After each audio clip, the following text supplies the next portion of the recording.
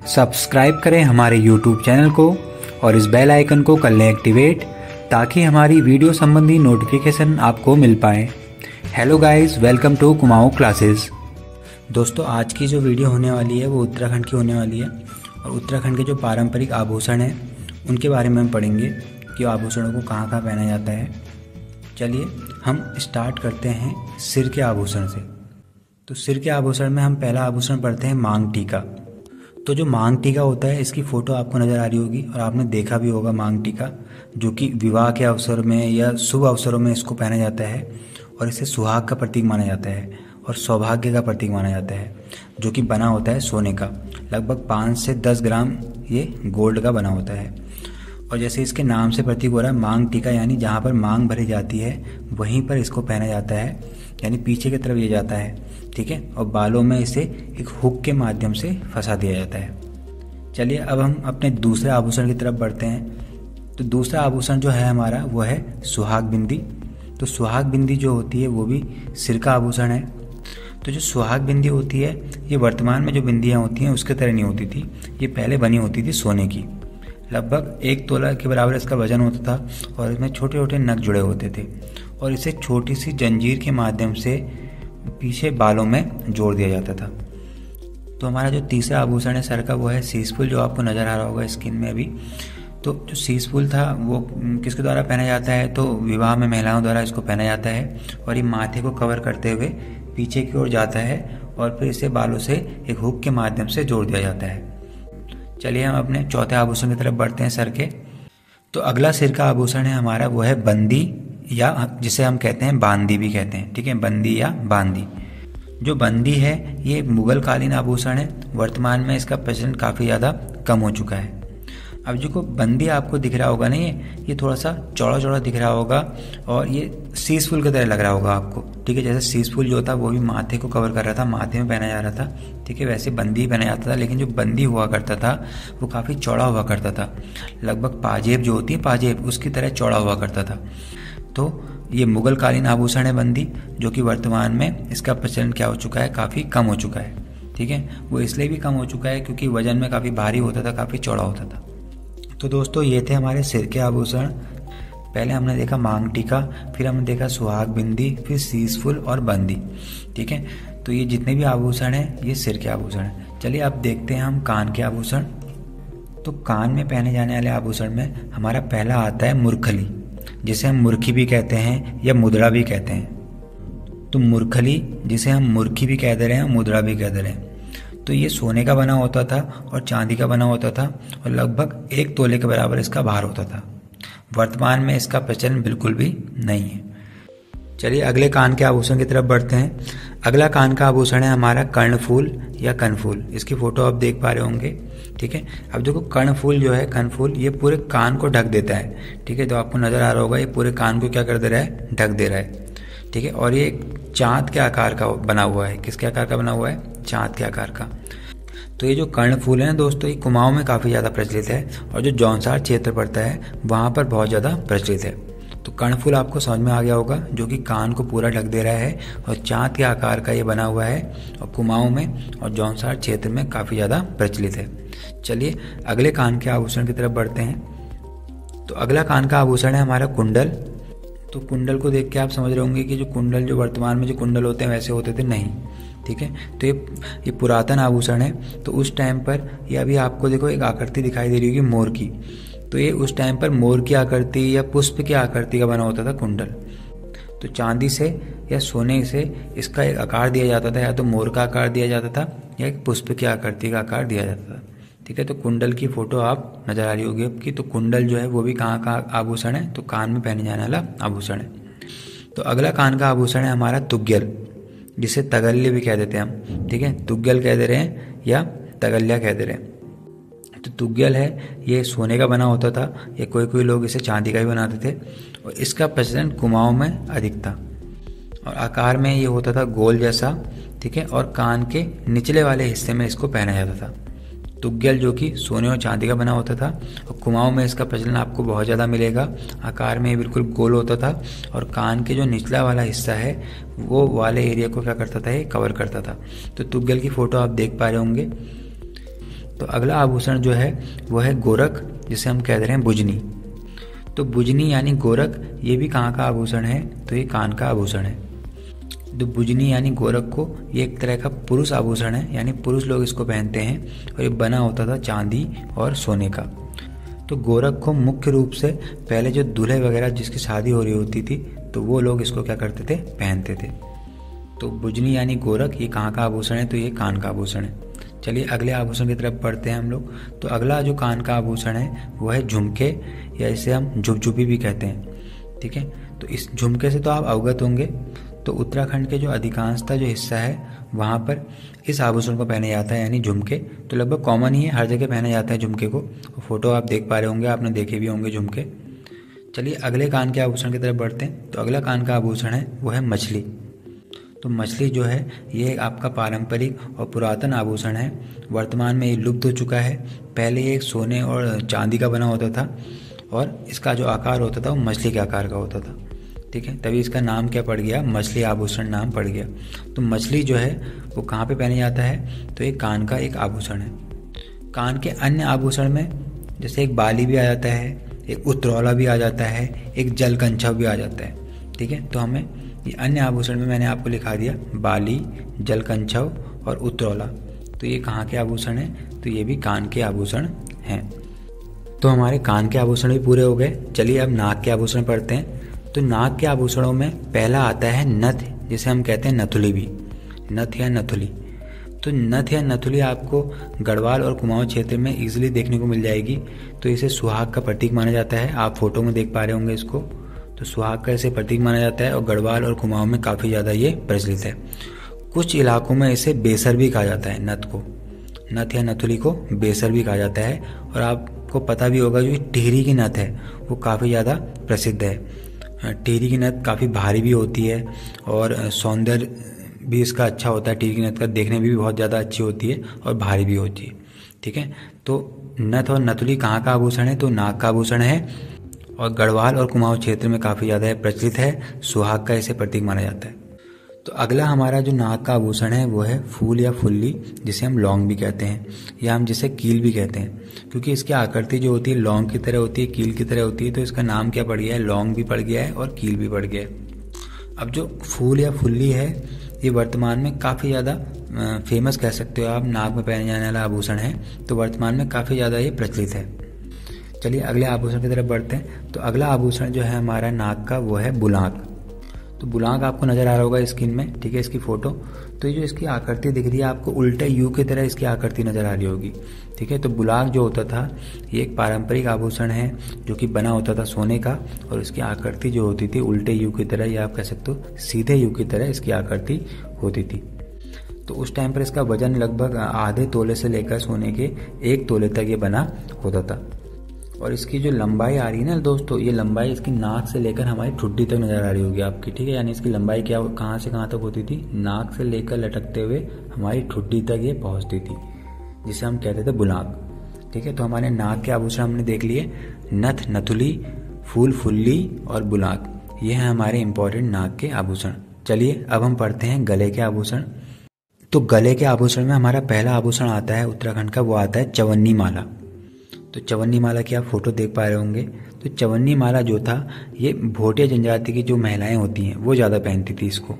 ठीक है, और चवन्नी देखो इसके सिक्के नज़र आ रहे होंगे चवन्नी के आपको। तो 22 चवन्नी या 22 चांदी के सिक्के को मिलाकर इस माला को बनाया जाता था। या तो 22 चवन्नियों को आप पहन लो, ठीक है, या आप 22 चांदी के सिक्कों को मिलाकर माला बना दो। ठीक है, उसी को हम कह देते थे चवन्नी माला। तो फोटो आप देख पा रहे होंगे। तो चवन्नी माला कहाँ का आभूषण है, कहाँ पहना जाता है, तो गले में। चलिए अगले आभूषण की तरफ बढ़ते हैं। तो अगला आभूषण जो है हमारा वो है चंद्रहार, जिसे हम कहते हैं चंद्रोली भी। तो चंद्रहार कहाँ पहना जाता है, तो ये क्या है, गले का आभूषण है। तो ये सोने का बना होता था और आकार इसका जो होता था वो चाँद की तरह इसका आकार होता था, इसलिए इसका नाम क्या पड़ गया था, चंद्रहार। तो चंद्रहार कहाँ का आभूषण है, गले का। चलिए अगले आभूषण की तरफ बढ़ते हैं। तो अगला गले का आभूषण है हमारा चंपाकली। तो आप फोटो में देख पा रहे होंगे कि जो महिलाएं खड़ी हैं, ठीक है, महिलाओं के जो गले में आपको जो सबसे बड़ी माला लटकी हुई नज़र आ रही है वही है चंपाकली। ठीक है, मतलब ऐसे औरतें तो बहुत सारी मालाएं गले में पहनती हैं, यानी मालाओं में सबसे बड़ी माला जो आपको लटकी हुई नज़र आ रही होगी वही क्या है, चंपा कली है, जो कि पहले सोने की या चांदी की बनी होती थी, लेकिन वर्तमान में ये विलुप्त की तरफ जा रही है, यानी कह सकते हो आप विलुप्त हो चुकी है। तो जो चंपा कली है वो कहाँ का आभूषण है, तो वो कहाँ का आभूषण है, गले का आभूषण है। चलिए अगले आभूषण की तरफ बढ़ते हैं। तो अगला आभूषण जो गले में पहना जाता है वो है ताबीज। तो ताबीज़ के बारे में आप जानते होंगे कि ताबीज़ में एक काले रंग का धागा होता है जो बुरी नज़र से बचने के लिए इसका प्रयोग किया जाता है। ताबीज़ हम क्यों पहनते हैं, ताकि हमें बुरी नज़र ना लगे। चलिए अगले गले के आभूषण के पढ़ते हैं। तो अगले गले का आभूषण है हमारा पौंडिल। तो पौंडिल जो है ये भी एक आपका परंपरागत आभूषण है उत्तराखंड का, और मंगलसूत्र के स्थान पर अब लोग ज़्यादा इसका प्रयोग करने लगे हैं पहाड़ में। ठीक है, तो मंगलसूत्र के स्थान पर ये इसका प्रयोग लोग करते हैं, बहुत पौंडिल बना लेते हैं। आपने सुना होगा कि बहुत सी महिलाएं क्या करती हैं, मंगलसूत्र की जगह अपना पौंडिल बना लेती हैं, जो कि बना होता है सोने का। तो पौंडिल की फ़ोटो आप देख पा रहे होंगे। तो आपको याद रखना है कि जो पौंडिल है वो कहाँ का आभूषण है, तो गले में पहने जाने वाला आभूषण है। अगला हमारा गले का आभूषण है वो है मूंगों की माला। तो मूंगों की माला क्या होती थी, जो मूंग के दाने होते थे उससे बनी होती थी, इसलिए इसका नाम क्या पड़ गया, मूंगों की माला। तो मूंगों की माला जो है वो कहाँ पहने जाने वाला आभूषण है, गले में। तो पता लगता होगा कि आपको जो मालाएं हैं, जहाँ जहाँ माला लिखा हुआ आएगा तो समझ जाना कि वो कहाँ के आभूषण है, गले के। तो जो अगला आभूषण है हमारा जो कि गले में पहने जाने वाला वो है चरियो। तो दोस्तों जो चरियो है ये सुहाग का प्रतीक माना जाता है और चांदी और सोने का बना होता है। इसे उतारना माना जाता है अशुभ। तो ये आपको पता होना चाहिए कि चरियो को उतारना अशुभ माना जाता है, और इसमें थाली पोत के दाने लगे होते हैं। ठीक है, तो चरियो जो आभूषण है वो कहाँ का आभूषण है, वो गले का आभूषण है। चलिए अगले आभूषण की तरफ बढ़ते हैं, जो कि गले का आभूषण है वो है लॉकेट। तो लॉकेट आपको पता ही होगा, हर कोई लॉकेट पहनता है, जिसे हम हार भी कहते हैं। तो लॉकेट या हार ये भी एक तरह का आभूषण है जो कि पहना जाता है गले में, और ज़्यादातर किसका बना होता है, तो सोने का बना होता है या चांदी का बना होता है। चलिए अगले गले के आभूषण की तरफ बढ़ते हैं। तो अगला हमारा गले का आभूषण है वो है हंसुली। हंसुली को और कौन से अन्य नामों से जाना जाता है, तो इसे हम सूत भी कहते हैं या खगवाली भी कहते हैं। सूत या खगवाली या हम कह देते हैं हंसुली, जो कि बनी होती है चांदी की। तो हंसुली क्या है, तो ये भी एक तरह का गले का आभूषण है। तो ये भी आपको याद रखना है, और इसकी फ़ोटो आपको नज़र आ रही होगी। तो फ़ोटो भी आप देखते हुए चलिए, ताकि आपको पता लग जाए कि कौन कौन से आभूषण किस तरह से दिखते हैं और कहाँ कहाँ पहने जाते हैं। अगला हमारा गले का आभूषण आ रहा है वो है कंठी माला। तो जो कंठी माला बनी होती थी वो भी सोने और चांदी की बनी होती थी, और वर्तमान में ये एकदम विलुप्ति की कगार पर आ चुकी है, यानी आप कह सकते हो कि विलुप्त होती जा रही है कंठी माला। अब कोई इसका प्रयोग नहीं करता है। कंठी माला आपको दिखाई दे रही होगी स्क्रीन में फ़ोटो के माध्यम से। उसका अगला हमारा गले का आभूषण है वो है गुलोबंद या गुलबंद भी कैसे हैं। ठीक है, तो गुलबंद कहते हैं या इसे हम गलोबंद भी कहते हैं। तो वर्तमान में इसका स्थान जो है, गलोबंद का स्थान, वो मंगलसूत्र ने ले लिया। आपको पता ही होगा कि अब गलोबंद कोई नहीं पहनता है, ज़्यादातर लोग मंगलसूत्र ही पहनते हैं, और इसे सुहाग का प्रतीक माना जाता है, यानी एक सुहाग का एक है प्रमुख आभूषण है, और इसे कुमाऊं में रामनवमी के नाम से जाना जाता है। तो गुलबंद जिसे कुमाऊं में रामनवमी के नाम से जाना जाता है, सुहाग का प्रतीक माना जाता है, और वर्तमान में इसका स्थान किसने ले लिया है, मंगलसूत्र ने ले लिया है। तो ये थे हमारे गले के आभूषण। एक दो आभूषण रह गए हैं गले के, अन्य में मैं आपको लिखा दे रहा हूँ। जैसे तिलहरी है, तो तिलहरी जो है वो भी एक गले का आभूषण है। एक तिमुड़िया है, तो तिमुड़िया भी कहाँ का आभूषण है, वो भी गले का आभूषण है। तो दोस्तों हमने सिर के आभूषण, कान के आभूषण, गले के आभूषण और नाक के आभूषण देख लिए। चलिए हम अगले आभूषण की तरफ बढ़ते हैं। तो दोस्तों अगले आभूषण हमारे आ रहे हैं जो कि पहने जाते हैं हाथ में। तो हाथ में पहने जाने वाला हमारा जो पहला आभूषण है वो है धागुला, जिसे हम धागुल भी कहते हैं या धागुली भी कहते हैं, या हम कहीं कहीं इसे खंडवे भी कहते हैं। तो धागुला यानी धागुल या खंडवे, तो फोटो में आप देख पा रहे होंगे, ये एक तरह का दैवी कार्यों में इसका प्रयोग अब किया जाता है, यानी इसका प्रयोग अब बहुत ज़्यादा कम हो चुका है। कहीं कहीं दैवी कार्य होते हैं या कह सकते हैं पूजा पाठ होती है, तब हम धागुला या खंडवे का प्रयोग करते हैं। तो धागुला या धागुल या हम कह सकते हैं खंडवे, तो कहाँ पहने जाने वाला आभूषण है, तो ये हाथ में पहने जाने वाला आभूषण है। तो फोटो के माध्यम से आप इसको देख पा रहे होंगे। चलिए अगला हाथ का आभूषण हम पढ़ते हैं, जिसे हम कहते हैं पौंची या पहुँची। तो पहुँची या हम किसे पहुँची भी कहते हैं, तो कहाँ का आभूषण है, हाथ का आभूषण है, और इसे दोनों हाथों में पहना जाता है। इसका जो वजन होता है ये 20 तोले से लेकर 30 तोले तक हो सकता है, ठीक है। और दोनों ही हाथ में इसको पहना जाता है। चलिए अगले हाथ के आभूषण की तरफ बढ़ते हैं, वो है ढ्वाक। तो ढ्वाक जो है ये भी क्या है, एक तरह का हाथ का ही आभूषण है, हाथ में पहना जाता है और वर्तमान में ये एकदम विलुप्त हो चुका है। यानी ढ्वाक जो है वो अब कोई नहीं पहनता है इसे, और ये एकदम क्या हो चुका है, लुप्त हो चुका है। और इसको कहाँ से कहाँ तक पहना जाता था, तो आपको फोटो में नज़र आ रहा होगा, कलाई से लेकर कोहनी तक इसको पहना जाता था। अगला हमारा हाथ का आभूषण है वो है गोखले, जिसे हम कहते हैं बाजूबंद भी।